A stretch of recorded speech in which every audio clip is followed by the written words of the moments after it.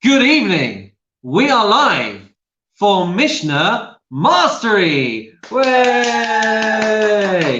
For all of those millions watching at home, welcome to our Mishnah Shir. We are doing Shabbat, Masechet Shabbat, and we are doing tonight, starting with chapter 7. And my screen, of course, is on chapter 8. But there we go. Let's move it to chapter 7. Let's get it sharing to all those tuning in from all corners of the globe. Who knows where you're from, but we are so delighted to have you on board tonight. We've got a packed Zoom channel over here, so do tune in to our Zoom channel if you want. But here we go, starting tonight with chapter 7. How exciting and how wonderful it is. We are going to be getting to one of the best Mishnah in the whole of Masechet Shabbat, because it's actually going to talk about the 39 Malachot, but we're not there yet. So we're going to be listing the 39 Malachot, and we're going to be wondering how many Korban Chatat, or to be more accurate, Korbanot Chatat, you could be Chayev. We're also going to be talking about more rules to do with transferring from one domain to another, the laws of Hotza'ah. So we're going to be talking about that as well. But first of all, we're going to be doing Mishnah Aleph, as you can see it on the screen here. A Klal Gadol, a great principle with regards to the laws of Hilchot Shabbat. Klal Gadol Amru B'Shabbos.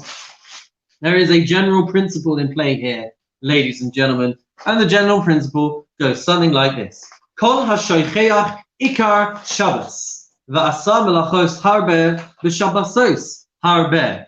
Okay, so we're trying to figure out over here, a person can be obligated to bring a korban chatat if they do a melacha, if they violate the Sabbath by accident. Okay, but there are some conditions to be met before you could be called doing something by accident, and here the Mishnah is going to tell us what those conditions are. Kol hashoicheach ikar Shabbos, a person who forgets that there is such a thing as Shabbos and that there are malachot associated with Shabbos. He's just forgotten for whatever reason. Va'asa malachos harbe, and he has done many malachot. Harbe on b'shabbatot harbe, and he has done them over many weeks. Eino chayav ela chatas. He is only going to be obligated one time when he finally realizes the error of his ways. Says the Mishnah, Hayodea ikar Shabbos. But if he knows that there is such a concept of Shabbos, va'asa melachos harbe, and he does many melachos, b'shabbatos harbe, and he does them over many weeks, chayav al kol Shabbos b'Shabbos. He's going to be chayav one time for each week that he had been violating. Hayodea shehu Shabbos, if he knew that there's such a concept as Shabbos, va'asa melachos harbe, and he did many melachos, b'shabbatos harbe, and he did them over many weeks, then I'm sorry, let's go again. Hayodea shehu Shabbos, if he knows that today is Shabbos, va'asa melachos harbe, and he has done many melachos, b'shabbatos harbe, over many weeks, chayav al kol av melacha umlacha. Then he will be obligated to bring a korban chatat for each and every melacha violation that he has done. What that means to say is, right, it's telling us that he's going to be chayav for each av melacha. Let's say that he violated an av melacha, and we're going to list the general categories in a minute. The av is the general category, and the toldot, or the tolada, is the derivative of those categories. So we can be chayav at an av level with the general category, as we'll see. But there are so many different permutations and variations that would be under the same umbrella as the general category, even though it's not the actual av malacha itself. So what we're saying is, if you have done an av malacha, a general category, and you've done a derivative of that category, you would only be chayav once for each of the Av Melachot. Okay, so that's what it's telling us over there. So if you did whatever, that's what it's telling us over there. Then the Mishnah continues, Ha'oseh melachos harbeh, me'ein melacha achas. If you have done many melachos, but it is all under one Av category, one general category, ein chayav ela chatas echas. Then you're only going to be liable and obligated to bring one korban chatas, because you have violated something within the same category. That is what Mishnah Aleph tells us. And now it seems that we are ready to actually hear what these malachos are. We're going to see that they're broken into different categories. And the first two categories are essentially one ongoing process. The first category that we're going to see is going to be the process of making bread. And the second process is going to be making clothing, making garments. And then the third category is going to be all bunch of assorted malachot. So we're going to see 11 malachot to do with processing bread. We're going to be seeing 13 malachos to do with processing clothes. And we're going to see 15 malachos to do with everything else. Says the Mishnah, Avos, malachos, arbaim, chaser, echas. There are 40 general categories minus 1. 40 minus 1 is? That's right. Everyone's too shy to unmute themselves. But 40 minus 1 is 39. There are 39 malachot. There are 39 general categories of malacha that one could violate in a Sabbath period. So what are these? Let's have a look. Number 1, hazoreah, a person who plants or sows the seeds. Number 2, vahachoresh, plowing.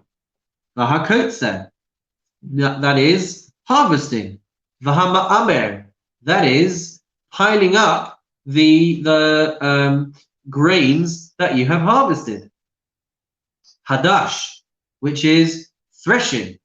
Vahazoreh, which is winnowing, which is where they would kind of throw the stalks up in the air, and then everything would be scattered if it was rubbish, if it was the chaff, and the actual wheat stalks would fall back down to the ground. Haboreh, separating, selecting, which is where you take the good kernels of wheat from the bad. Hatochen, which is where you start to grind up the kernels into flour. The hamaraked, sifting, sieving it out, which is where you are separating the good flour from the bad flour. The halash, which is where you start to knead, KN, where you start to knead the dough. The ha'ofer, and baking, where you have now got a lovely, delicious loaf of bread. Continues the Mishnah with 13 malachos to do with processing clothes. So we're up to number 12. Hagozes es hatsemer, one who shears the wool from sheep. Hamalabno, one who bleaches the wool to make it more white. Vahamanapso, one who combs the wool. Vahatsovo, one who dyes the wool. Vahatova, one who spins the wool. Vahamesech, one who stretches the wool. Vahaosa shnei bate nirid, one who makes the formative loops to be able to attach the thread to the loom. So there were these holes that you would kind of feed the thread through to be able to weave it. V'ha'oreg shnei chutin, one who weaves 2 stitches, two threads worth. V'ha'potzea shnei chutin, one who unties or unravels 2 strings. Ha'kosher is where you tie threads together. V'ha'matir is where you untie. V'ha'tofesh shtei tefiros, that's where you are sewing 2 stitches. Hakorea al manas litfor shtei tefiros, or where you are ripping apart 2 stitches in order to sew them back together. Those are the 13 malachos to do with making clothing. Now we have the final category, 15 malachos. Tissues, huh? Ooh, tissues. Thank you. 15 malachos are to reach our total of 39, which are going to be general categories. Would you excuse me just one moment? Please hold for the intermission.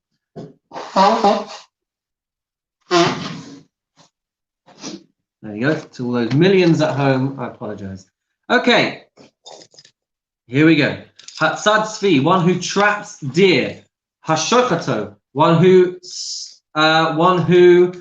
slaughters. Hamafshito, one who skins an animal. Hamolcho, one who treats the hide by salting it. Hama'abed es ora, one who tans a hide, or as it translates it over here, curing the hide. Vahamochoko, one who smooths it down, one who scrapes off the hair. Vahamachatcho, one who starts to cut it into pieces. Hakosev shtei otios, one who writes 2 letters. Vahamochek almanas lichtov shtei otios, one who erases on the condition that they are going to write 2 letters. Habona, one who builds. Vahasosa, one who demolishes, one who destroys. Hamachaber, one who extinguishes. Vahamavir, one who kindles, one who lights. Hamakebapatish, one who strikes with a hammer, meaning applying the finishing touch to completing an item. And finally, number 39, Hamotzi Mirishus Lurishus, one who transfers from one domain to another. Hare Elu Avos Malachos Abayim Chaser Echas. These are the 40 minus 1 malachos of Shabbos. I keep saying this every time, that I need to fully understand why we constantly refer to things as 40 minus 1, because we do this with lashes as well. My wife finds that hilarious, but I'm guessing that's because she's listening to something else. But there we go. 40 minus 1. That is a stylistic wording that is employed in a couple of different areas across Shas. Says Mishnah Gimel, V'od klal acher amru. Let's scroll down the page. Another general principle. Kol hakasher lahatzniya umatzniin kamohu v'otziyo b'Shabbos. Anything which is worthwhile saving. Anything which is worthwhile saving. Umatzniin kamohu. And people do store things like this. So it's an appreciable size. V'otziyo b'Shabbos. And a person then takes that thing out on Shabbos, chayav alav chatas. He will be chayav a chatas, a korban chatas, if he were to do that by accident on Shabbos. Because she'eno kasher latzniya, anything that is not really worth saving, ve'ein matzniyin kamo, people don't really save or store these things in that fashion. V'otziyo b'Shabbos, and he takes it out on Shabbos, eino chayav ela hamatzniya. The only person who is going to be chayav for something like that is the person that, for him, it would be an appreciable amount. So if it's not a significant item for somebody else, but it would be for him, then he would be chayav if he was to take it out. Or she, for that matter. Says the Mishnah in Mishnah Daled. Let's see some examples of this. New notes, please. Hamotzi teven, one who takes out straw. How much straw do you have to take out before you would be chayav? Says the Mishnah, kimlot pi para, the amount to feed 1 cow, a mouthful for 1 cow.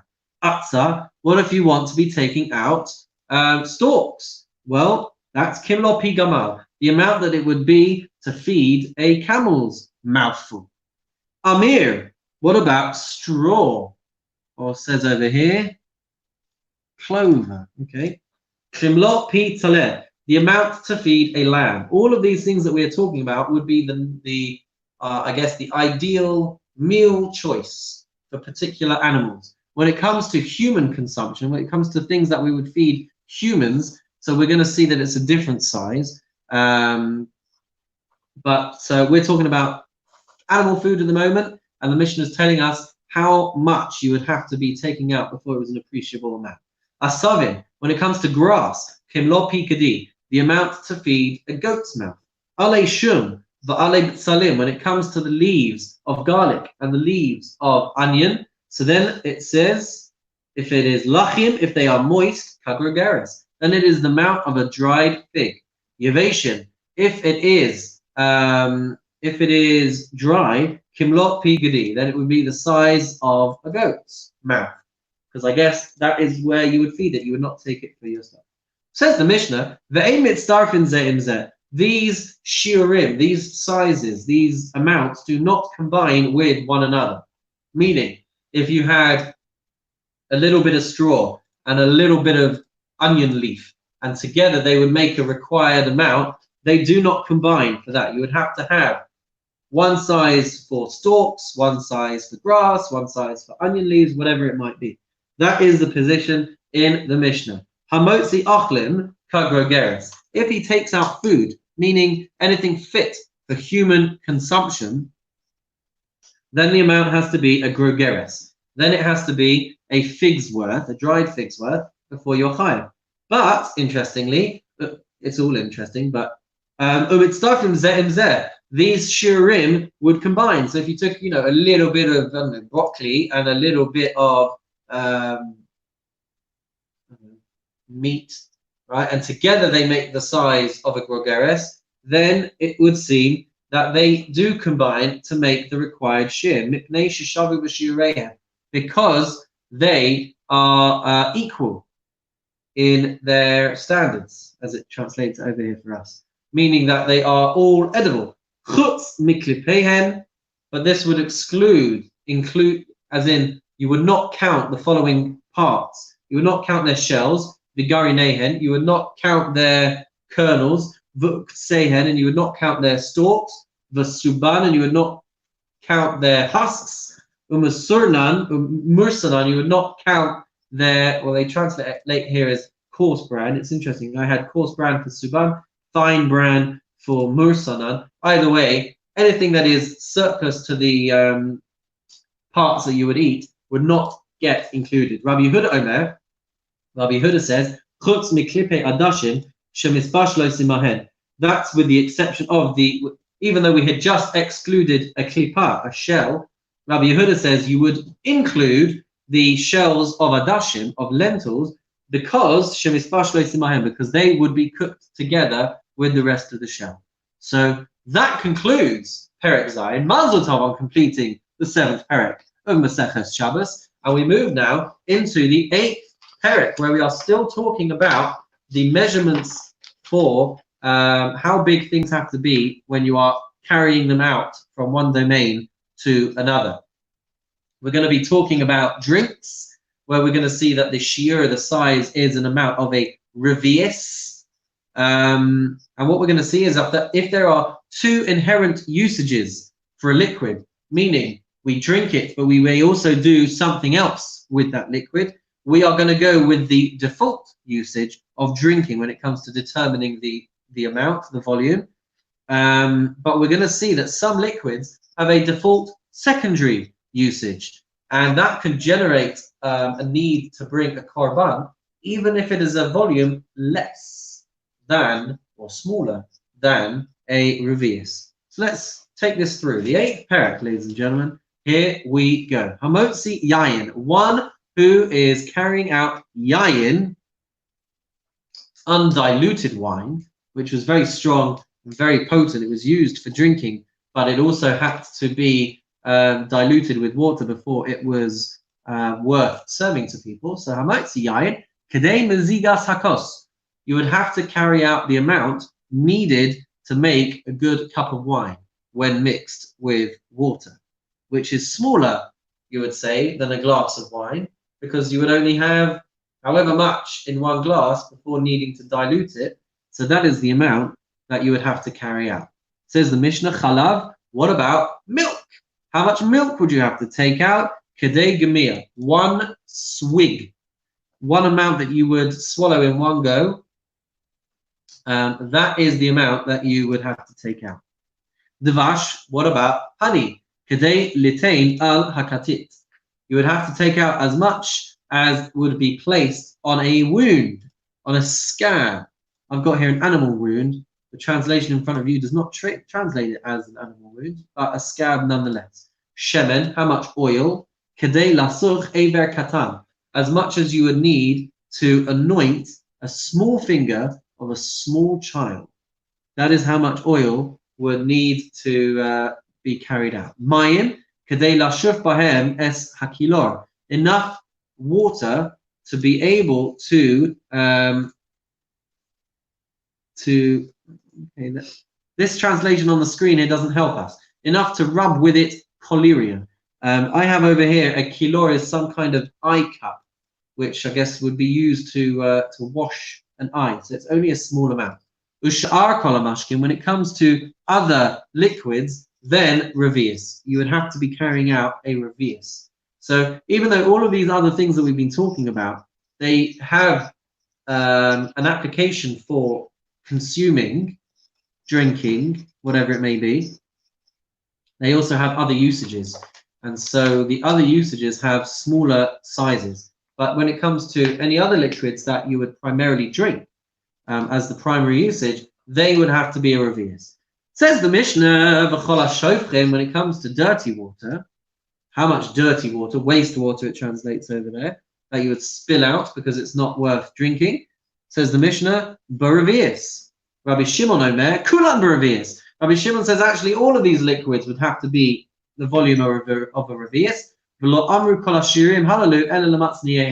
But they stated all of these other measurements in respect of those who store them, where if for you it is very, very important to save these liquids in smaller measurements, then they would be chayav, as we said before. They would be chayav if they stored, if they carried out a smaller measurement. But otherwise, for the general population, it would be the amount of a revius. Okie dokie. Says Mishnah Base. Hamotzi chevel. Let's scroll down. Keep up, Rabbi Nick. Hamotzi chevel, one who carries out rope. How much rope would you have to carry out? Kadela asos ozen lakupa. As much as would be required for making a handle for a basket. Gemi, which we translate as reed grass, but it was kind of the rubber of the times. Kadela asos talai lenafa v'lichvara. As much as you would need for making a hook for your sifter or for your sieve. So not very much at all. Rabbi Yehuda Omer, Rabbi Yehuda says, Kadei litol mimenu midas minal katan. As much as you would need to make a shoelace for a child's shoe. I'm sorry, that is not a shoelace for a child's shoe. What they would do back in the day, in order to find out how big your foot was, they would get a piece of reed or whatever, wrap it around the foot, and that would give an indication for the size of the shoe. So the amount that you would consider important to carry out on Shabbos is the amount that you would need to measure a small child's foot. Says the Mishnah Niyar, how much paper? Kedei lichtav alav kesha mochsin, enough to write a tax collector's receipt. Vahamotzi kesha mochsin, one who carries out a kesha mochsin, a tax receipt, would be chayav. Niyar machuk, when it comes to erased paper, which I guess would be a bit more useless than clear paper. Kedei lichruch al pi tzlochis katana shel pal yaton. Then the amount that you would need is the amount to wrap around a small bottle, a small vial or flask of perfume. So these are all very small measurements. Says the Mishnah, or how about leather? How much animal hide would you need to carry out before you become obligated in a korban?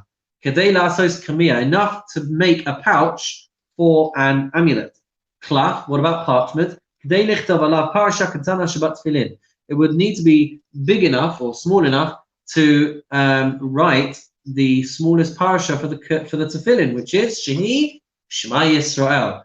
That is the size of the parchment that you would need to carry out before you are chayav for a korban. Dior, how much ink? Says the Mishnah, Kedei lichtav shtei otios, enough to write 2 letters. Again, this is not very much. Chol, what about eyeshadow, eye makeup, mascara, whatever you would want to call it, says the Mishnah, Kadei lichachol ayin echas, enough to paint one eye. We're on to Mishnah Daled. What about devek? What about glue, paste? Kadei litain barosh hashavshemes, enough to be able to put at the top of a bird trap. It was a primitive method of trapping birds using a T-shaped plank. That is how much glue you would need before you are chayav for a korban. Zeves v'gofris, when it comes to pitch and sulfur, kadei lasos nekev, enough to make a small hole. Shava, wax, kadei liten al pi nekev katan, enough to put over a small hole. Charasis, how much clay? Kadei lasos pi kur shel tzorfei zahav, enough to make a hole in a goldsmith's pot. Rabbi Yehuda Omer, kadei lasos pikput, enough to make a tripod's leg, one leg of a tripod. Subin, what about coarse bran? Is that how it translates it? Is that translated as bran?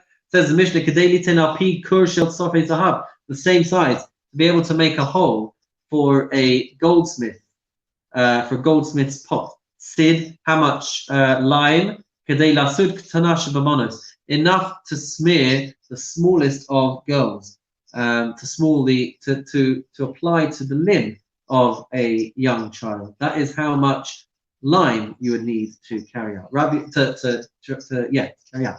Rabbi Yehuda Omer, kadei lasos kilkul. Rabbi Yehuda says that since this lime was used as I don't know about a hair gel, but a way of kind of removing hair, was an early treatment for to help you shave, I guess, or to help remove hair. So kadei lasos kilkul, enough to be able to, Rabbi Yehuda says in here in the screen, to take off the hair on your temples.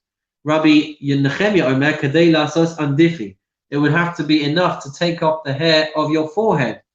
It would seem that they used to apply it to their foreheads, I think, in order to give it a bit of a reddish tinge. So I guess it was like an early kind of blusher as well. So that is how much you would have to put on. Says the Mishnah, hey, Adama, when it comes to transferring red earth, Kachosem Hamarsufim, enough to be able to apply a seal to merchandise sacks. Divrei Rabbi Akiva, that is Rabbi Akiva's position. Chachamim say its amount to be able to seal your letters. Zevel, how much? For Eliezer, v'chol hadak, or fine sand. Kedei lezabel kelach shel kruv, enough to be able to fertilize cabbage stalks. Divrei Rabbi Akiva, v'chachamim maramim kedei lezabel karesha. It's the amount that you would need to be able to fertilize a leek. Chol hagas, what about thick, coarse sand? Enough to be able to put on a full plaster shroud. Kane, what about reeds? As much as you would need to be able to make a pen, a quill that you would hold. And if it was a thick reed or marusam, or a cracked reed, so that it's unusable as a quill, how much would you need to carry? It would be enough that you would need to, I guess, provide fuel to be able to boil up a light egg. Trufa,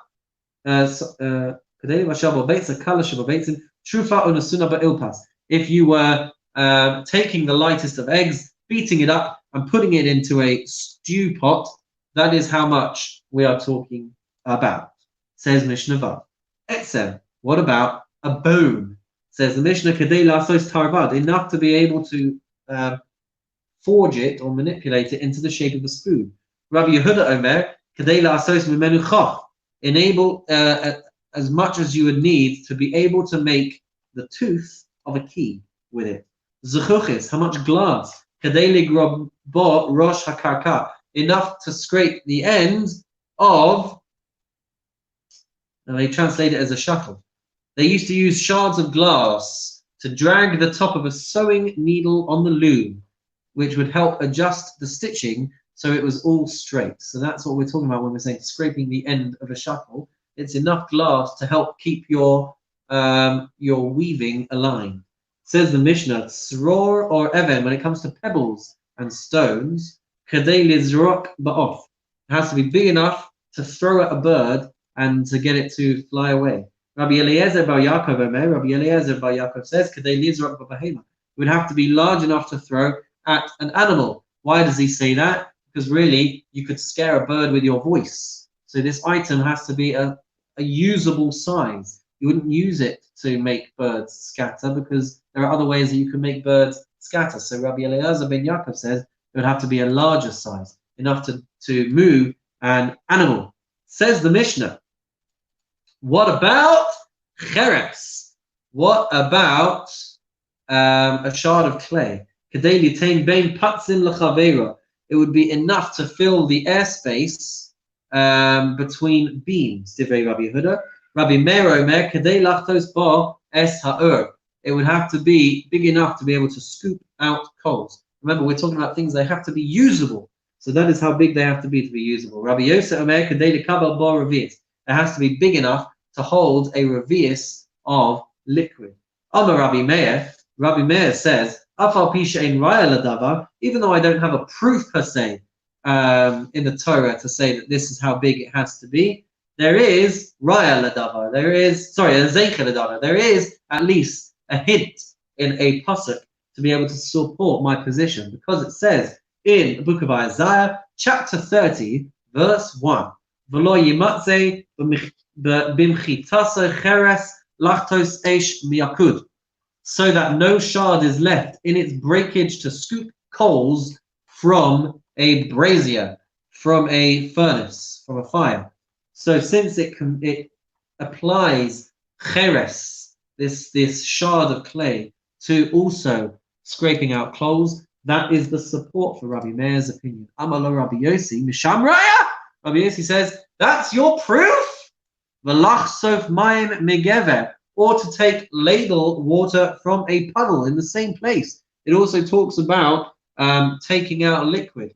So that is why he has the opinion, Rabbi Yossi, that it has to be able to be enough to hold a revius of a liquid. Mazel tov on completing chapter 8.